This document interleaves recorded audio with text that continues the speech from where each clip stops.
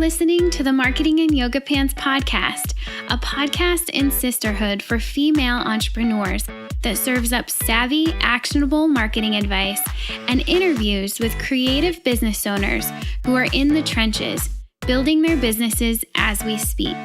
The Marketing in Yoga Pants community is for you, the girl on her couch, in her yoga pants, top knot tight, hunched over her MacBook, trying her hardest to get the word out about her business.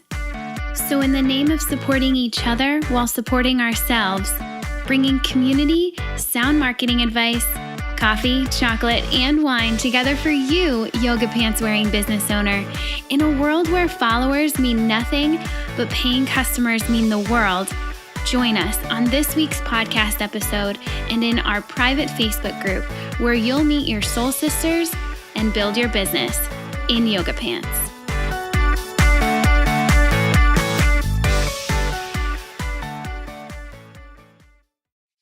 All right. Welcome back to another episode of the Marketing in Yoga Pants podcast. I'm Brit and I'm here today with Ashley Cox, certified HR professional and the founder of Sprout HR. Thank you so much for joining me today, Ashley. Thanks so much for having me, Brit. I'm really excited to be here. All right. So Ashley and I just met first on this call, but I first found out about Ashley sometime at the beginning of this year, 2017. And I heard her on another podcast and I started following her on Instagram, really liking the messaging around what she does in her business, Sprout HR. She really makes it approachable. And HR stands for human relations, right? And that can be kind of a scary topic, as we were kind of just talking about before we hit the record button. And I just like the vibe that Ashley brings to the industry and for us entrepreneurs. So I'm really pumped to get to chat with her today, get some insight into her business, her industry, her marketing strategy, and what makes it all tick. So Ashley, are you ready to jump in? I'm totally ready. I was born ready. Oh yeah, let's do this. Okay. So first of all, we know you're an HR professional, but tell us how you earn your living. Yeah. So basically helping other small businesses figure out their people strategy. And that's the basis of the whole thing is from beginning to end, it's all about strategy. So working one-on-one with clients to determine, are you ready to hire? And if so, what kind of team members?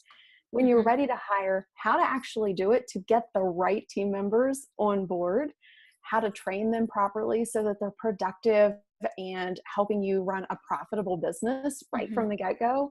And then also helping you develop your own leadership skills so that way you can be the best leader that you possibly can be. And I know that so many of the people I work with or who interact with me in different areas online truly want to be great leaders, but they don't necessarily have the experience or the background or the tools to do that. So I help connect with them and make sure that they've got those tools and resources to be awesome leaders. Oh, that's so good. Okay. So I can't wait to dive into really what you do for your clients, like more of the details. But before we get to that, tell us the story of how you came to do this with your life. Yeah, that's a little bit of a roundabout story, as most entrepreneurs can understand and empathize with. So I actually spent about 10 years in corporate leadership and human resources positions, and I worked for a really large company people may have heard of called Kroger. It's a national grocery chain with hundreds of thousands of employees across the U.S., and it has a bunch of different banner names, but that's where I really got my start in HR and where I fell in love with working with leaders and employees to create happy and productive and profitable teams. So after spending a long time with Kroger and then with a company named J.Crew that you guys might have heard of, I'm kind of like, yeah, most people have heard of these companies. I decided to kind of branch off and start my own business when my husband got transferred and I had to leave my last corporate job. And I didn't start in HR consulting. I actually decided I want to be a photographer and I want to take pictures of, product and, pretty things. So that's what I did for a while. And I hated it, Brit. Oh my God. I hated it. so much. I had taken something that I loved doing as a hobby and I Mm-hmm. tried to make it into a business, and it took all the fun out of it for me. Mm, So no longer did I have this kind of uh, place that I could go and have some stress relief and some downtime, but I had turned it into the stress and the expectation and all the business things that come with it. mm-hmm. But as I was in that space, that's where I started learning about all of these online business worlds and Facebook groups and creative businesses. And I thought, what in the world are these people doing? What businesses are they? Who are they serving? How does this work? And I learned Mm-hmm. about this world while I was trying to do my photography business. Mm-hmm. And so along the way, I started seeing people ask questions in Facebook groups that were very much HR questions. And so I'd pop in and be like, hey, I did this for the last 10 years. I'm doing photography now, but here's the answer to your question. And so people started to say, have you ever thought of doing this as a business? Because you got a lot of knowledge that people need that they Mm-hmm. don't have access to. And so the more people said that, the more I thought, this actually is a really great idea. And I love HR and I love business in general. Mm-hmm. Why don't I try this out? And so July 15th of 2016, Sprout HR was officially born. And I have been absolutely loving every single minute of this journey since I started. Wow, that's a really cool story. I It's love so that. funny roundabout. I always tell people, though, I wouldn't be where I am today if I hadn't gone on that photography journey. So don't ever discount the things that you feel like, if you look back on, it's like, oh, why did I do that? It was such a mistake, because that's very much a part of my unique story and how I Mm-hmm. got to where I am. And I wouldn't even know about the people that I get to work with now if I hadn't gone on that journey. Oh, that's so good. Okay, so back when you were starting to notice that you had some knowledge that other people needed. Take me back to your very first client, though, the very first person to give you money for this HR consulting. How did you get their attention and how did you make that happen? Yeah, it was very interesting because I had been doing some kind of test clients where I was just trading services for feedback and figuring out, can I make money on this thing? Mm-hmm. Are people able to really pay me for this? And I had been posting that I was doing these test clients and that I was getting ready to open up shop. And I actually had a girl approach me in a Facebook group and said, oh my gosh, this is perfect timing. I am getting ready to hire my first employee and I have no idea where to start. Mm. And so she booked me before I even officially was a business, before I had a payment system, before I had anything set up. And I just was going on a hope and a prayer that I could get it all done within a week, because I said, oh, sure, I can take you next Wednesday. And then it was like mad dash to get it all done. Sometimes that's the best because then Yeah. you know it. Then you know it gets done. It's Yeah. And it forced me to just take action and get the thing done. And here was a client who really needed my help. And she became one of my best clients and worked with me over and over and over for the past year and a half now. Oh, that's really cool. Okay, so Yeah. then what was the next step? How did you start to get some traction and get a few more clients? Yeah, a lot of mine has come from um, personal networking, in person and online, through Facebook groups, through reaching out and having coffee chats with people and just getting to know people Mm-hmm. in general. I've had some people hire me straight from a coffee chat, and I never pitch my services. Just, getting on Skype or Zoom and talking about life and business and what you do and what I do. And Mm-hmm. then a lot of referrals. I get a ton of referrals from both people I've met on coffee chats, people I've just met in general in business. Mm-hmm. People who've worked with me before are amazing referrals for me as well. Mm-hmm. So that's probably 98% of my clients come from referrals and networking. And that's working for you right now, about a year and a half in. Yeah. That's going strong. Nice. Yeah, absolutely. And I just did a training seminar live here locally yesterday. And from that training seminar, I actually booked a consultation for this morning. So, Nice. even the in-person networking, because you really get the chance to connect with people. And in the type of business I'm in, the the the know, like, and trust factor is tenfold what it is for Yes. someone, selling a product. I don't Mm-hmm. have to like you to love this water bottle and buy it, but Right. I have to absolutely, without a shadow of a doubt, trust you to handle my people strategy. Oh, absolutely. Yeah, I couldn't say it better. So there's obviously more going on than you working with your clients and just depending on them to refer people to you. So what else is going on behind the scenes to market Sprout HR? Yeah, I spend a lot of time really trying to put out valuable content for Mm-hmm. my audience. And Mm-hmm. whether or not you decide to work with me, I really feel like I have information that is super helpful to you at any stage in your business. And so Mm-hmm. I do a lot of blog posts. I like to go live on Facebook. I spend a lot of time on Instagram stories. That's Mm-hmm. probably my favorite place to be. And so I'm always putting out content that I hope really connects with my audience and connects with people who, even if you're not ready to work with me now, you can start putting plans in place, or you can start being more strategic in your thinking process. And Mm-hmm. I think that that's a really, really important marketing tool for me and for my business, and building that know, like, and trust factor. And I also do workshops and live events, and I Oh, love those. I'm a ham. I have been on stage since I was 3 years old, singing and dancing and acting and doing all the crazy things. And so I love to be on stage. To me, it's like a performance. And like I mentioned, I did a seminar yesterday, and it's not so much about what Ashley has to say, but it's about mm-hmm. what the audience needs to hear. And so I Right. do a lot of questioning, and I'm, pulling the audience and tell me about your business and tell me what direction you're trying to go, and let's kind of figure this out together. So I Mm-hmm. really enjoy the training, not to be me standing up there like a talking head for an hour, but for us to really have an engaging and interacting process. And so some of those events I do are free, and that's definitely a strategic choice to drive clients into my business. And some of those workshops are paid workshops. Nice. So are these primarily done locally in like physical workshops? You're meeting these people and you're on a physical stage, or are you also doing some online? What does that look like? I do both. Okay. And I also travel to do speaking engagements as well. Nice. So I've got some local workshops that I do. I've partnered with a lot of people to do workshops online. I do workshops in Facebook groups. I do workshops for people's, audience base.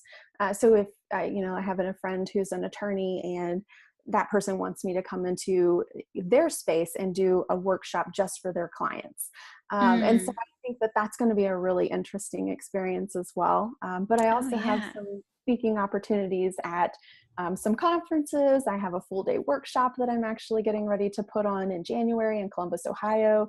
So Oh I'm wow. just really trying to branch out and provide as many of those touch points as possible, so that people can reach me at different price points and can get some sort of benefit out of getting HR for their business, because it is that important. It is. Oh, it's so important. I just before I hopped on this call, I was thinking through the people that I have on my small team right now, and right now at the time of this recording, we're at the beginning of the month and they invoice me at the end of every month, and so I just have paid them, and it's just Mhm. like I look at the things that they've done over the course of the month and I'm thinking, man, I was busy enough. There's no way I could have done Yeah. all of what they're doing. And I'm just so thankful at the end of every month, beginning of every new month. It makes me think, okay, what else can I give away? Like, what else can I outsource? Because it's so empowering to see Mm. them making money and doing things that they are great at, and then realizing, Brit, you could never do this on your own. Like, you could never do this. There's just no stinking way. I love So that. I love that it's so reflection important. that you have around it, because it's important to recognize that you can do everything, but you can't do everything at one time. Like, you Right. can learn anything that you want, and you can do all of these tasks, but it is Right. physically impossible for you to do every single little thing forever and ever and ever perfectly and consistently and Hmm. cohesively. Amen.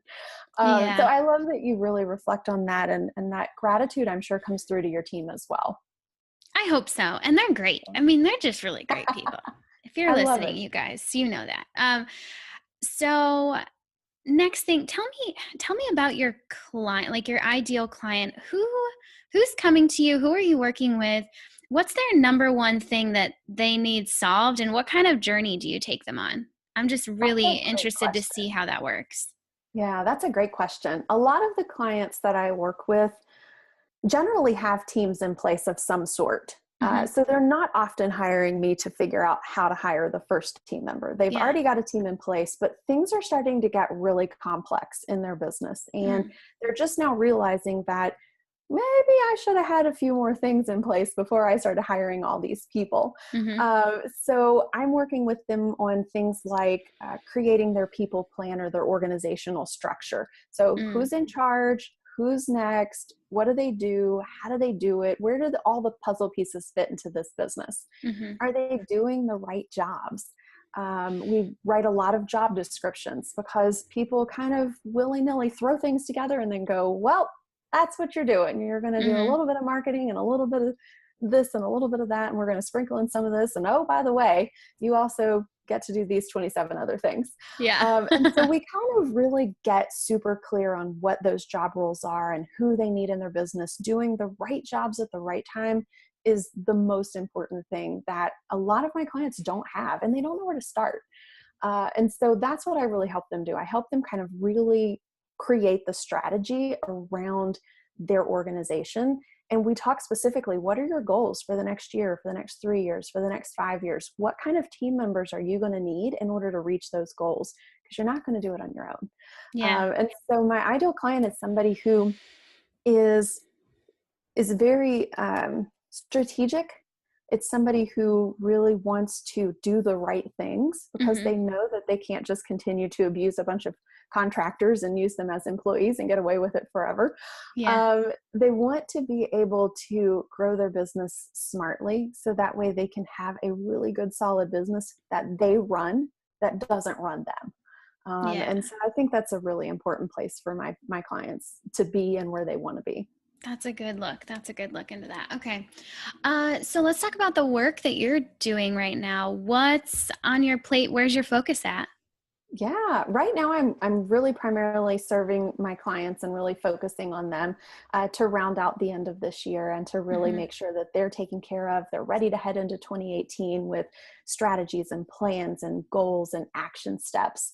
And then as we transition through the end of 2018 or 2017 and we start to head into 2018, I'm really going to be focusing more on those live events and workshops and bringing more of those to people, whether it's online or it's in person, it's here locally in Tennessee, or it's traveling across the country. But just really finding better ways to serve my clients and make sure they have the tools and resources they need to really be successful. That's good. Okay. All right. Some easier, I don't know if they're easier, but they're a little bit more open-ended. Tell me, what inspires you? What inspires me? I love that. I love that question.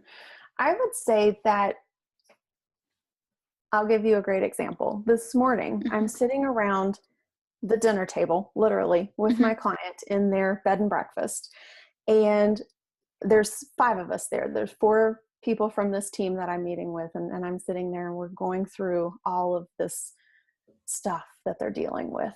And the moment when they have tears in their eyes and they realize that they're not alone and that they can actually do this and they've got some help and support and that this is going to make such a difference in their quality of life. I mean, I tear up now thinking about it, but we were all in tears this morning. That inspires me because corporate, you don't get that.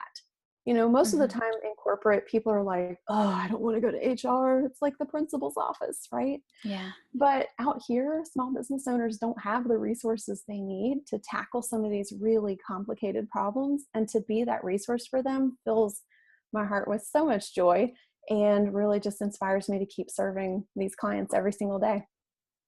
So good. Okay. For the HR pro, I'm so excited to ask you this next question. What kind of professional are you thinking about hiring next on your team? Oh, I love that question, Brit. Nobody asks this question on podcasts, and I think that's such a good question. It makes my little HR heart explode. Who am I going to hire next? Oh my gosh, I need tech help. I am the most tech inept person. And so my next ideal hire will be somebody who can be loading those blog posts into WordPress and making them all formatted nicely and creating the email sequences and all the pieces that kind of fit together in that crazy puzzle, and video editing. Oh my gosh, I would do videos all day long if I had the technical skills to actually edit the videos. But it took me 4 hours to edit a 5-minute clip 6 months ago. And I was like, nope, not doing that. We're going live. We're doing it live because there's no other way to do it. It's good. YouTube can just wait, for Sprout HR. But yeah, I'm definitely looking forward to hiring myself a technical expert in some way, shape, or form. I'm still figuring out which is the best plan for 2018 and which I want to tackle first. Nice. Okay.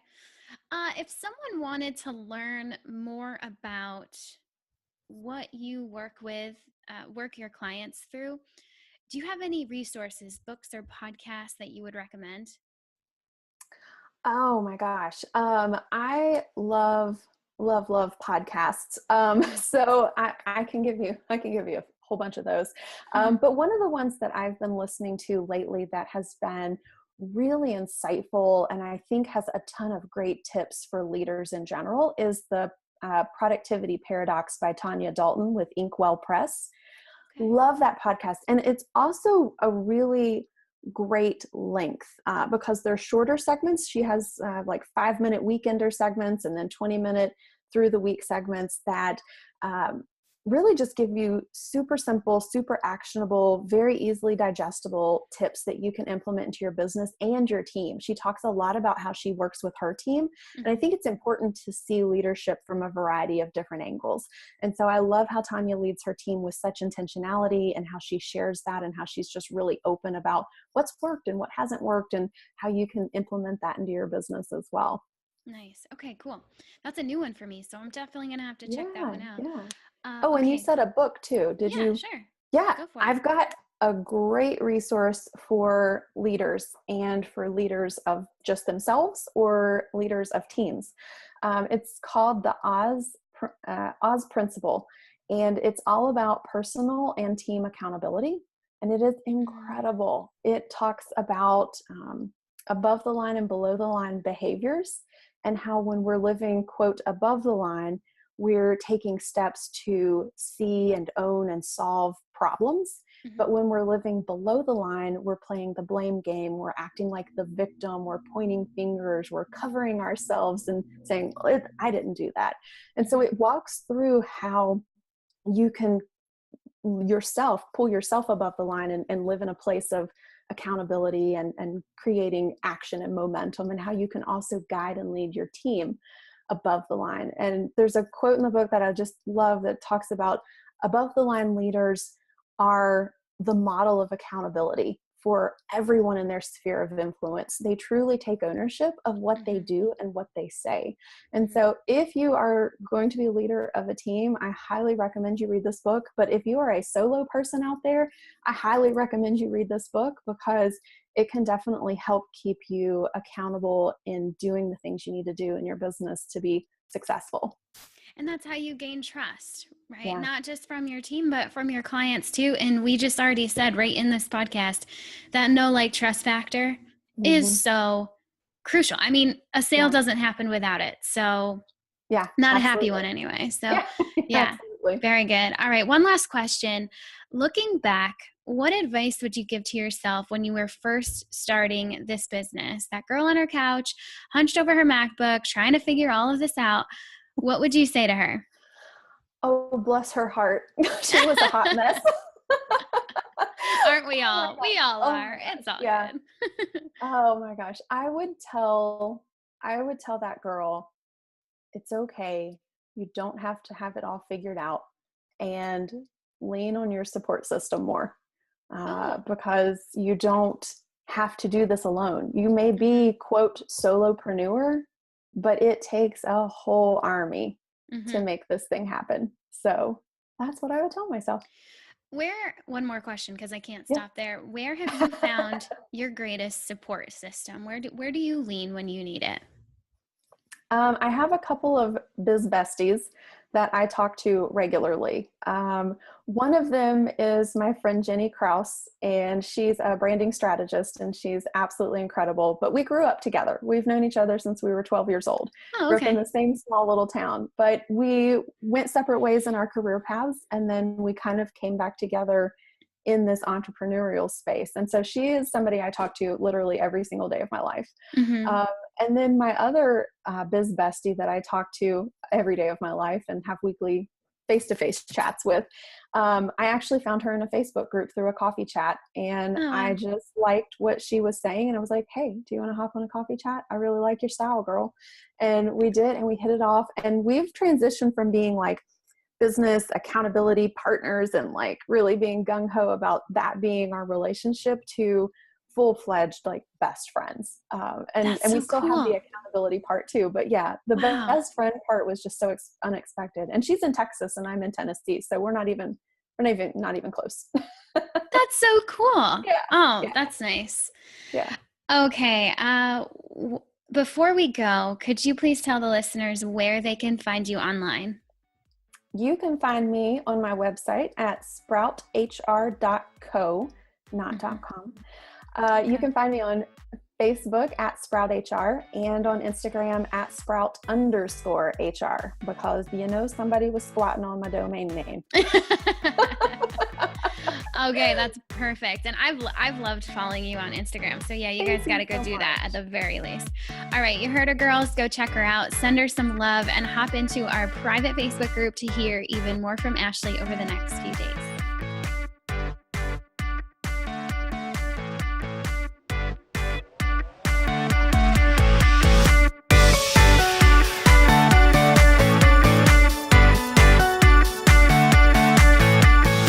Thanks for joining us on this episode of the Marketing in Yoga Pants podcast. Keep the conversation going by visiting marketinginYogaPants.com/Facebook, where you'll get to join that private Facebook group I've been talking so much about. There, you'll get to chat with our podcast guests. Yeah, they're in there too, and all of the other brilliant creative business owners. We're connecting, we're meeting our soul sisters, and we're building our businesses, all while in yoga pants. So come hang out with us. Again, visit marketinginYogaPants.com/Facebook to get in. And one more thing. If you dig this podcast, would you be awesome and share it with someone?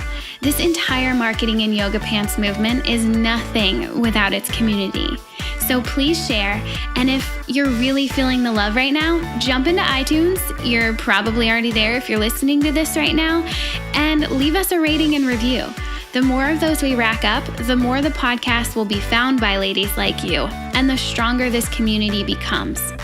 This episode was edited and produced by the Podcast Engineers. They're pretty great, so go find them at podcastengineers.com.